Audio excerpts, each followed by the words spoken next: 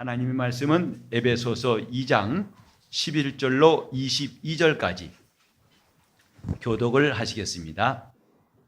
그러므로 생각하라. 너희는 그때에 육체로 이방인이요 손으로 육체 행한 할례당이라 칭하는 자들에게 무할례당이라 칭함을 받는 자들이라. 그때 너희는 그리스도 밖에 있었고 이스라엘 나라 밖의 사람이라. 약속의 언약들에 대하여 외인이요 세상에서 소망이 없고 하나님도 없는 자이더니 이제는 전에 멀리 있던 너희가 그리스도 예수 안에서 그리스도의 피로 가까워졌느니라. 그는 우리의 화평이신지라. 둘로 하나를 만드사 중간에 막힌 담을 허시고 원수된 것 곧 의문에 속한 계명의 율법을 자기 육체로 폐하셨으니 이는 이 둘로 자기의 안에서 한 새 사람을 지어 화평하게 하시고 또 십자가로 이 둘을 한 몸으로 하나님과 화목하게 하려 하심이라. 원수된 것을 십자가로 소멸하시고 또 오셔서 먼 데 있는 너희에게 평안을 전하고 가까운 데 있는 자들에게 평안을 전하셨으니 이는 저로 말미암아 우리 둘이 한 성령 안에서 아버지께 나아감을 얻게 하려 하심이라. 그러므로 이제부터 너희가 외인도 아니요 손도 아니요 오직 성도들과 동일한 시민이요 하나님의 권속이라. 너희는 사도들과 선지자들의 터 위에 세우심을 입은 자라. 그리스도 예수께서 친히 모퉁이돌이 되셨느니라. 그의 안에서 건물마다 서로 연결하여 주 안에서 성전이 되어가고 너희도 성령 안에 하나님이 거하실 처소가 되기 위하여 예수 안에서 함께 지어져 가느니라. 아멘. 오늘도 변함없이 우리 주님을 사랑하는 여러분 심령에 은혜와 평강이 가득하기를 예수 이름으로 축원합니다. 우리 주님 앞에 나올 때마다 우린 주님의 말씀이 내게 어떤 말씀이 들려올까 하는 기대와 사모함이 더욱더 많길 바랍니다. 왜냐하면 함께 찬송했습니다만 우리 영혼은 하나님 말씀으로 사는 자입니다. 말씀이 있으면 그 영혼이 사는 영적 존재랍니다. 우리가 지금까지 계속 듣는 말씀, 여러분이 이 본문도 몇 번 읽으셨죠? 이번 주는 바뀌려나 하면 또 같은 본문 읽고 벌써 한 4주 이상 지난 것 같은데 다음 주에는 바뀔지 모르겠습니다만 안 바뀔 수 있습니다. 같은 본문을 읽으면서 우리는 뭘 생각하고 있을까? 우리 영혼이 어떤 신분인가 하는 것입니다. 하나님 앞에 나는 어떤 관계를 갖고 있는가? 이것은 우리 신앙에 매우 중요한 위치를 차지하고 있습니다. 예수를 오래 믿을수록 그 신분이 확실해지고 또 확신을 갖게 되고 그 다음에 그 관계가 매우 친밀하고 두터워진다는 것, 그건 너무 당연한 일입니다. 영적 생활하면서 교회 생활하면서 성경도 보고 예배도 많이 드렸지만은 아직까지도 그분과의 관계가 아슬아슬하고 헐겁고 또 불확실하고 그 다음에 위험한 처지에 있다면 어찌 될 것입니까? 우리가 지금 예수 믿는 목적은 딱 한 가지입니다. 영생을 얻기 위함인 것입니다. 곧 하나님 나라에 들어가기 위한 겁니다. 이것이 얼마나 귀한 일이길래 하나님은 그 아들을 이 땅에 보내셔서 십자가에 피 흘려 죽게 하시기까지 이 일을 이루셨습니다.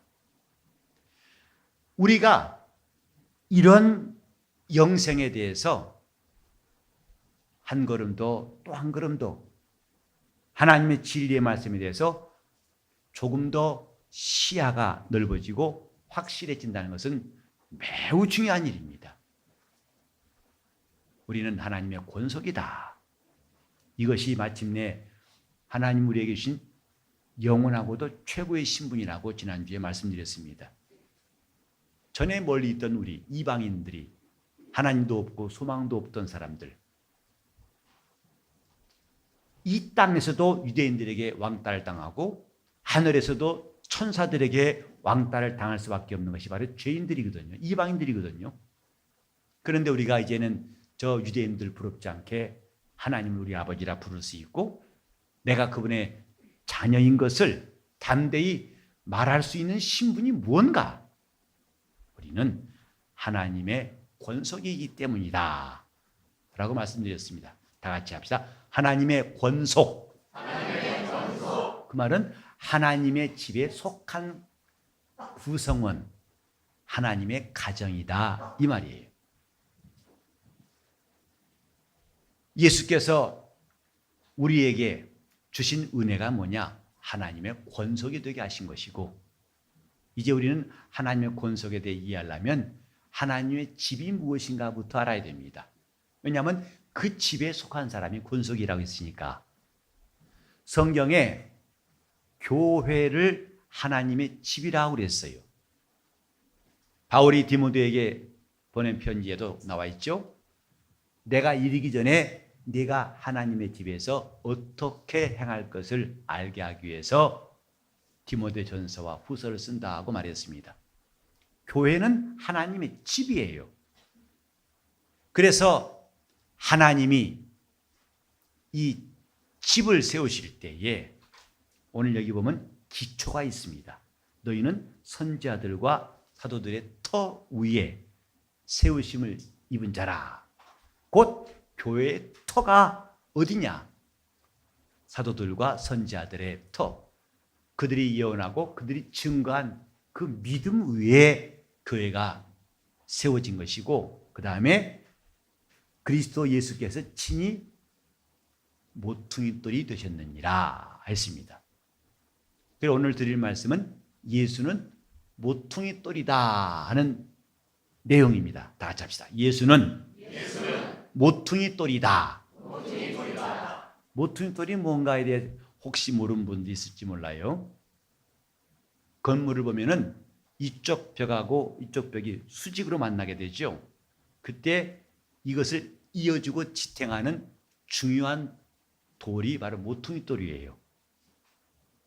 이게 없다면 이 벽은 든든히 설 수가 없고 벽이 무너지면 집은 다 무너지지요. 그래서 예수는 교회의 모퉁이돌이다. 하나님이 예수를 교회의 모퉁이돌이 되게 하셨다 이 말입니다. 우린 다른 말로 예수는 교회의 머리시다 한 말 들어보셨죠? 그리스도께서 교회를 친히 다스리신다. 그가 교회의 머리시다 말과 함께 예수는 교회의 모퉁이돌이시다. 그러니까 이것이 별로 소용없는 것이 아니냐, 이게 아니라 말씀드린 대로 벽과 벽을 만난 그 지점에 이 중요한 돌이 있어야만이 집이 서는 거예요. 그래서 이 모퉁이돌에 대해서 오늘 세 가지로 말씀드리려고 하는데, 첫째는 뭐냐 하면 건축자들의 버린 돌이 모퉁이의 머릿돌이 되었다 하신 말씀. 예수는 건축자들의 버린 돌이고 하나님이 모퉁이의 머릿돌로 삼으신 분이다 이 말입니다. 예수님이 이 땅에 오실 때에 사람들이 어떻게 했는가를 성경에 말하고 있는데, 자기 땅에 오매 자기 백성이 영접치 아니하였으나 라고 요한복음 1장 11절에 말씀했어요. 사실 이건 기가 막힌 거 아닙니까? 여러분이 여러분 집에 왔을 때 여러분을 알아보지 못하고 여러분을 박대한다면 그 장면 상상할 수 있습니까? 그게 말이 됩니까? 기가 막히지 아니겠어요? 여러분이 모처럼 해외여행 갔다가 집에 돌아왔어요. 여러분 식구들이다. 당신 누구요? 왜 왔어? 오히려 때려가지고 쫓아버린다면 기가 막힐 거 아니겠어요? 내 집인데, 내 백성들인데 그분이 이 땅에 오실 때의 대우는 그런 것이었습니다. 특별히 가장 예수를 거세게 몰아붙이고 시비를 걸고 핍박했던 사람들은 바리새인들과 장로들과 서기관들, 그 당시에 하나님을 가장 잘 섬긴다고 했던 유대교 지도자들이었습니다. 그들은 예수님이 눈에 가시였고 예수를 용납하지 않으려고 했어요. 그래서 건건이 충돌했죠. 안식일도 충돌하고 병 고칠 때도 충돌하고 말씀하실 때도 시비 걸었어요. 예컨대 부활이 없다고 주장하는 사두개인들이 와가지고 우리 중에 칠형제가 있었는데 한 여자에게 장가 갔습니다. 근데 각각 큰형이 아들 없이 죽고 또 그 둘째가 형수에게 장가 들었고 그러나 또 아들 없이 죽고 다 죽고 난 다음에 막내까지도 장가 들었다가 죽고 아들 없이 죽고 마지막에 이 여자도 죽었습니다. 그럼 예수여 당신 말 맞다나 부활이 있다면 부활 때 이 사람은 누구 아내입니까? 자기들이 갖고 있는 지식과 맞지 않고 생각이 맞지 않기 때문에 깐건히 예수와 충돌했어요. 충돌한 정도가 아닙니다. 나중에는 죽일 기회를 찾더라 그랬어요. 마침내 그를 영원히 버리려고 십자가에 못 박은 겁니다. 그러니까 세상이 예수를 버린 것의 대표로 앞장서서 그 일을 한 자들이 유대인들이에요. 건축자들의 버린 돌이다. 예수를 말하는 것입니다. 그런데 하나님은 그 예수를 살리신지라. 그리고 그를 영화롭게 하시고 그를 만유의 후사로 삼으셨도다. 곧 모퉁이의 머릿돌이 되게 하셨다. 이 말이에요. 그러니까 건축자들의 버린 돌이 모퉁이의 머릿돌 되게 하셨다. 이건 하나님의 뜻을 한마디로 표현한 거예요. 예수를 한마디로 표현한 거예요. 여기에 모퉁이 돌이란 말을 바울이 말할 때 갑자기 나온 말이 아니라 이건 구약 성경부터 이런 모퉁이 돌에 관한 구절들이 여럿이 있습니다. 결국은 이 모퉁이 돌은 예수님의 생애, 그분의 일생, 그분의 하신 일을 압축해 놓은 말이라고 할 수 있습니다. 사람들은 버렸으나 하나님은 그를 귀하게 영화롭게 하셨다. 이 말이죠. 이것은 2000년 전뿐만 아닙니다. 2000년 전에 곧 바리새인 유대인들만 예수를 버린 게 아닙니다. 오늘날도 예외가 아닙니다. 물론 세상은 예수를 안 믿어요. 그러니 이건 차치하고라도 심지어는 교회 안에서도 예수님이 버려지고 있어요. 이미 한국 교회는 예수님이 없다는 말들이 오래전부터 나왔습니다. 예배는 있고 교회는 있고 목사는 있고 수많은 성도들이 있는데 예수님이 안 계신다는 거예요. 얼마나 시니컬한 말이 아닙니까? 이런 말은 저도 마음이 매우 처참해져요. 말로는 주님이 교회 머리시다 하는데 정작 한국 교회는 예수님이 안 계시다. 이런 말을 들어야 하는 우리의 처지가 어떨까? 주님이 버려지고 있어요. 그 자리에 사람이 가서 앉아 있고 주님이 말씀하신 것 대신에 인간의 신학과 교리와 주장이 난무하고 있습니다. 그리고 교인들은 와서 그분의 말씀을 청조한 것보다는 자기들의 주장과 이론과 분쟁을 일삼고 있습니다. 그래서 많은 교회들이 나누어지고 아픔을 당하는 거 우리는 어렵지 않게 볼 수 있죠. 왜? 예수님이 버려졌기 때문이에요. 그러나 오늘날 주님의 교회는 그분이 영광 받으시는 교회라고 생각합니다. 우리 교회는 과연 건축자들이 버린 돌처럼 그분을 대할 것인지 아니면 하나님이 예수를 영화롭게 하신 것처럼 예수 이름을 높일 것인지 이건 주님의 관심사라고 할 수 있습니다. 건축자들의 버린 돌이 모퉁이의 머릿돌이 되었느니라. 이 메시지는 지금도 우리 심령에 울려와야 할 하나님의 뜻입니다. 과연 우리 삶에서 나는 예수님을 버리고 밀어내고 있는가? 아니면 그분을 영화롭게 하고 그분을 섬기고 그분을 위해 살고 있는가?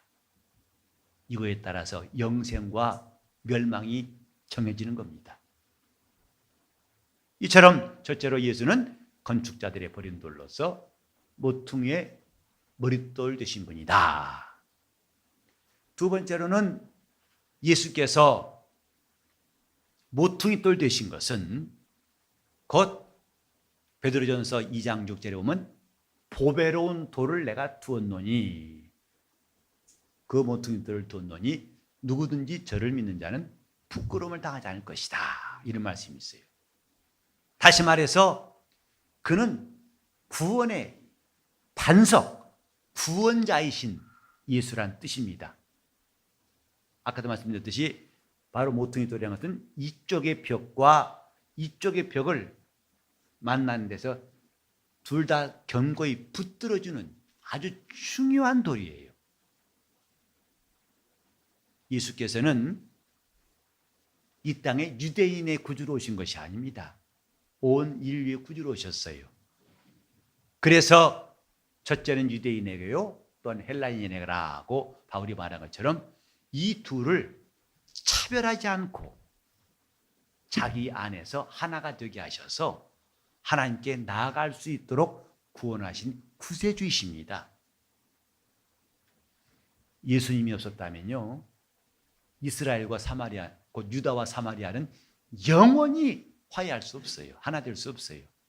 우리가 요한복음 4장 보면은 예수님께서 사마리아 여인과 대화하신 장면 나오죠. 그 처음에 뭐라고 합니까? 예수님이 물 좀 달라고 하니까 당신은 유대인으로서 어찌 사마리아 여자 나에게 물 달라 합니까? 그 말 속에는 그들의 정서가 들어있어요. 앙금, 감정이 쌓여있다 이 말이죠. 아니 평소에는 우리를 갖다 그렇게 짐승처럼 취급하고 이방인처럼 취급하더니 당신이 오늘 웬일로 아쉬우니까 물 달라고 합니까? 이런 뜻이겠지요. 물과 기름처럼 유대인은 저 사마리아인을 경멸했고 더 나아가서 이방인들은 짐승처럼 취급했어요. 왜? 하나님도 모르고 부정한 자들이라 해서 상종도 안 했습니다. 과연 이런 두 사이가 화해되고 조화될 수 있을까? 그것이 얼마나 어려운지는 성경에 보면 알 수 있어요. 성경에 이방인으로 최초 복음받은 사람이 고넬료의 집입니다. 곧 사도행전 10장에 나오는데 그 고넬료 집에 베드로가 전도해서 그 가정이 예수 믿고 최초로 이방인에게도 예수의 복음이 전파됐어요. 근데 이것이 그 당시 예루살렘 교회에 굉장한 충격이었습니다. 어떻게 이방인들이 이 복음을 받아들여? 어떻게 저들이 그리스도인 될 수 있단 말이야? 말도 안 돼! 그래가지고 믿는 기독교인들 사이에서도 예루살렘 교회가 대혼란과 논쟁이 났어요. 말도 안 된다! 끊자 끊어! 저런 것들은 믿을 자격도 없고 그리스도인 할 수 없어. 정말 옛날에 우리나라의 계급사회처럼 이제 그 이른바 양반과 상인이라고 하는 완전한 차별, 정말 누구도 넘을 수 없는, 요새 말로 넘사벽이라는 그런 시대를 우리는 알고 있습니다만은 어쩌면 그보다 더 큰 게 뭐냐면 이방인과 유대인의 차이점이에요. 심지어는 예수를 믿는다 하는 그 당시에도 예루살렘 교회에서도 절대 불가합니다. 이방인들은 말도 안 됩니다. 근데 베드로가 와서 간증을 합니다. 사실은 어떻게 보면 재판하려고 베드로 불렀을 거예요. 도대체 네가 고넬료 집에 가서 한 일이 뭐냐? 따지기 한 것일지 몰라요. 근데 베드로는 말합니다. 하나님이 자기에게 하신 일들, 자기에게 환상을 보여주시고 자기에게 가라고 하셔서 하나님이 하신 일들, 그래 그들에게도 성령이 임하고 우리와 똑같은 역사하신 것을 말하니까 그렇게 거셌던 마음들이 다 가라앉아가지고 이제는 그들을 받아들이는 과정이 15장까지 나오는데 정말 얼마나 그것이 치열하고 이 경계, 서로 차별하고 나누려고 했던 힘이 강했는지를 사도행전 10장, 11장, 12장, 13장, 14장, 15장에 가서야 결론이 나와요.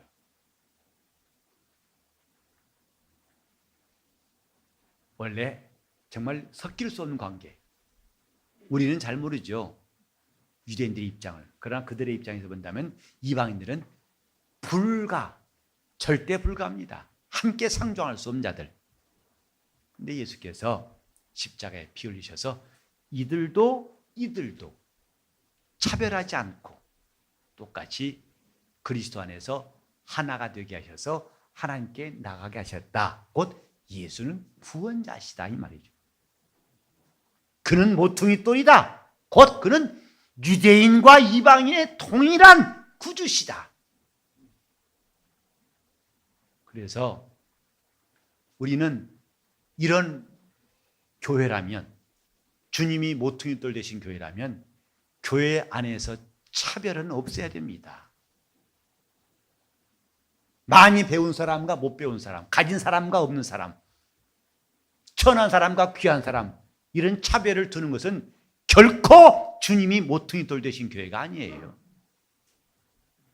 저는 앞으로 그런 상상을 해봐요. 우리 교회에 누가 나왔는데 완전히 새칼라풀한 문신을 한 사람들이, 등에도 구렁이가 기어가는 사람들이 나옵니다. 왜 나오셨어요? 예수 믿으려 나왔어요. 우리는 문신한 사람 안 봤습니다. 가시오. 라고 하고 싶겠지요. 여러분 옆에 그 사람 있다 생각해보세요. 앉아있다 생각해보세요. 예배할 때 뭐가 꿈틀거리지 않겠어요? 여러분 옆으로. 그러나 우리는 그가 죽기로 나오는 사람이라면 차별하지 말아야 생각해요.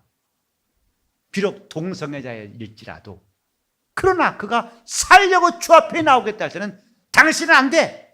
저리가, 우리는 당신과 상종할 수 없어. 라고 하지 말아야지 않나. 왜? 주님은 교회의 모퉁이 돌이에요. 그는 어떤 사람도 자기에게 나온 사람을 차별하지 않으셨습니다.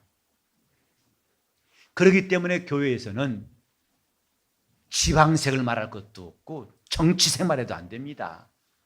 제가 여기서 혹시 정치 얘기해 보세요. 그러면 아마 당장 그때부터 은혜 안 받을 사람 금방 생길 겁니다. 왜?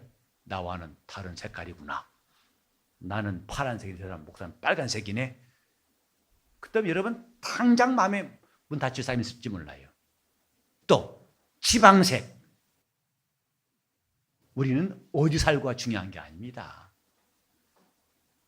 우리 교회는 부천에 있지만 부천교회가 아니에요. 주님의 교회이지.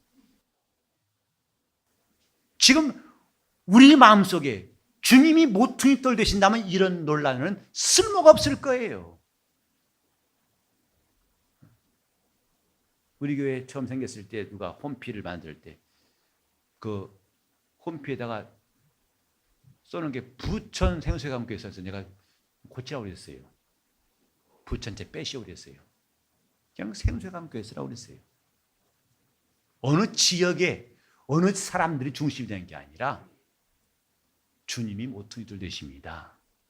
우리 가운데 누구도 그런 이런저런 종류의 차별을 만들어서는 안 될 겁니다. 주님의 교회라면, 다시 합시다. 예수는 모퉁이 돌이시다. 지금 우리가 성격이 다르고 마음 다르다고 해서 선을 그어놓고 한다면 주님은 그 가운데 함께하지 않으실 거예요.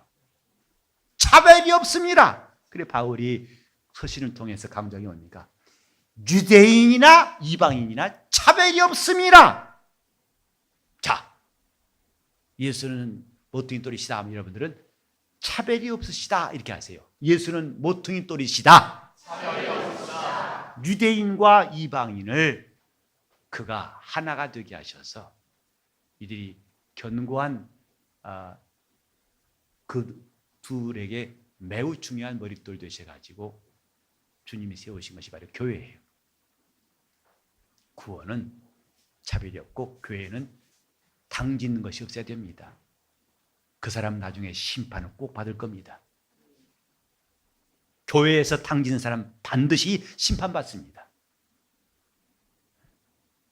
왜? 주님이 없앤 그걸 왜 만드냐 이 말이에요.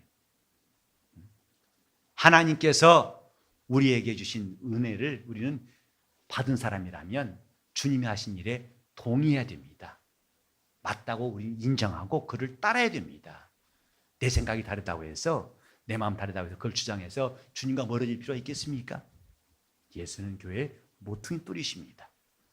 세 번째로 이제 우리 한번 다 같이 마태복음 21장을 좀 보실까요? 마태복음 21장 42절로 44절까지인데 같이 읽으시겠습니다. 자, 42절로 4절까지 시작. 예수께서 가라사대 너희가 성경에 건축자들의 버린 돌이 모퉁이의 머릿돌이 되었나니 이것은 주로 말미암아 된 것이요 우리 눈에 기이하도다 함을 읽어본 일이 없느냐. 그러므로 내가 너희에게 이르노니 하나님의 나라를 너희는 빼앗기고 그 나라의 열매 맺는 백성이 받으리라. 이 돌 위에 떨어지는 자는 깨어지겠고 이 돌이 사람 위에 떨어지면 저를 가루로 만들어 흩으리라 하시니. 지금 예수께서 시편 118편 22절을 직접 인용하시고 누구에게 하신 말씀이냐면 유대인들, 대제사장들과 바리새인들을 향해서 말씀하셨을 때에 그 다음 절에 보면 그들이 눈치를 챘어요. 이 말씀은 자기들을 가리켜 말씀하신 줄 알고 잡고자 하더라 그랬어요. 예수는 교회의 모퉁이돌이시다. 그가 계셔야 교회고 그가 모퉁이돌이 되셔야 주님의 교회입니다. 사람이 모여서 어떤 규칙을 만들어서 이것을 방해할 수는 없어요. 근데 이 말씀, 누구든지 돌 위에 떨어지면 깨지겠고 이 돌이 그들 위에 떨어지면 가루가 되어 흩어질 것이다. 곧 이는 주님의 권위, 심판을 말하는 것입니다. 그분과 충돌한 사람은 다 깨질 수밖에 없어요. 우리가 참으로 매우 경건한 성도가 되어야 할 이유는 뭐냐면 그분과 충돌하지 말아야 하기 때문입니다. 여러분 생각에 내가 어떻게 주님과 충돌해? 라고 할지 모르겠어요. 그러나 요한복음 12장 47절에 보면 이런 말씀이 있어요. 내 나를 저버리고 내 말을 받지 않는 자는 내가 한 그 말이 마지막 날에 저를 심판할 것이다. 이렇게 말씀했어요. 주님을 저버릴 수 있어요. 아까도 말했지만은 주님을 버릴 수 있어요. 믿는 자라고 하면서도. 이것이 위험한 겁니다. 이게 두려운 겁니다. 우리는 지금 교회에 들어와 있다는 것이 우리에게 놀라운 구원의 기쁨과 하늘의 소망도 있을 뿐만 아니라 우린 여기서 자신이 경건한 사람으로 주님을 섬기는 일도 남아있음을 알아야 됩니다. 저 율법 아래에 있는 사람들이 얼마나 하나님을 두려워하고 경건히 섬기는가 우리는 짐작하고 알 수 있죠. 그런데 왜 오늘날 기독교인 은혜 받았다면 하나님 괜찮아, 나는 다 우리 아버지니까 봐주셔. 그런 담대함을 나는 이유로 알 수가 없어요. 근거 없는 담대함. 이미 이런 말씀이 있습니다. 모세는 하나님의 집에서 종으로 충성하였고 예수 그리스도는 하나님의 집에서 아들로 충성했으니라고 성경에 말씀했어요. 곧 모세의 법을 따른 이스라엘은 하나님을 그렇게 모세가 순종한 것처럼 순종한 것이고 이제 그리스도 예수 안에 있는 사람들은 주님이 하나님 앞에서 충성하시고 섬기신 것처럼 그렇게 섬겨야 할 일이 남아있어요. 이것은 누구도 부인할 수 없을 것입니다. 하나님 앞에서 우리는 경건함이 필요하고 하나님을 경외함이 필요하다는 사실을 기억해야 됩니다. 구원받았습니다. 우리는 그분의 자녀입니다. 누가 정죄하리요? 맞습니다. 그러나 그것이 내가 하나님을 경외할 그분을 섬겨야 할 것을 대신한다 생각하지 마세요. 초대교회가 어떤 모습인가를 우리 사도행전 9장 31절에 볼 수 있습니다. 교회가 평안하에 든든히 서가고 주를 경외함과 성령의 위로로 진행하더라 그랬어요. 교회가 주를 경외하고 성령의 위로로 교회가 진행하더라. 이게 주님의 교회예요. 이게 하나님의 집에 속한 사람들, 하나님의 권속들이 해야 할 일입니다. 주님을 경외한 사람. 좀 이렇게 예배하면서도 주님과 먼 사람도 있을 거예요. 왜? 계속 시종 핸드폰 보고 있는 사람도 있어요. 나는 이번에 콜롬비아가 코스타리카 갔다 오면서 어떤 사람의 간증을 들었어요. 지금까지 우리 교회 한 1년 좀 덜 됐죠? 나왔지만 한 번도 설교 시간에 설교를 들은 적이 없다더라고요. 핸드폰 보았다는 거예요. 근데 이번에 와가지고 처음으로 설교 드렸대요. 감사한 일이죠. 혹시 그런 분이 또 있을지 모르겠습니다만은 우리는 지금 내가 주님을 경외하는 시간, 예배에 왔다고 중요한 게 아니라 이 예배에도 그분을 경외한 사람인가? 아니면 건축자들의 버든들처럼 예수를 취급할 것인가? 그 차이는 큰 겁니다. 누구든지 이 돌 위에 떨어진 사람 깨져버릴 것이다. 하나님 말씀 앞에서 우리가 어떻게 할 것인가?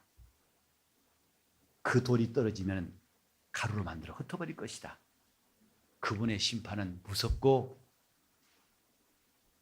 도무지 인간의 감정으로는 이해할 수 없는 그것도 남아있다는 것. 예수는 구주이시기도 하고 심판자시라는 사실을 성경은 말하고 있어요. 우리는 때때로 성경을 자기가 좋아하는 구절만 택해서 그것을 묵상하는 경향이 있어요. 음식을 편식하듯이. 이건 매우 위험한 겁니다. 로마서 8장만 읽어갈 것이 아니라 베드로후서 3장도 읽어야 됩니다. 왜 이 말씀은 좋아하고 이 말씀은 가리고 있는지. 그렇게 하면 영혼이 건강할 수 없겠죠.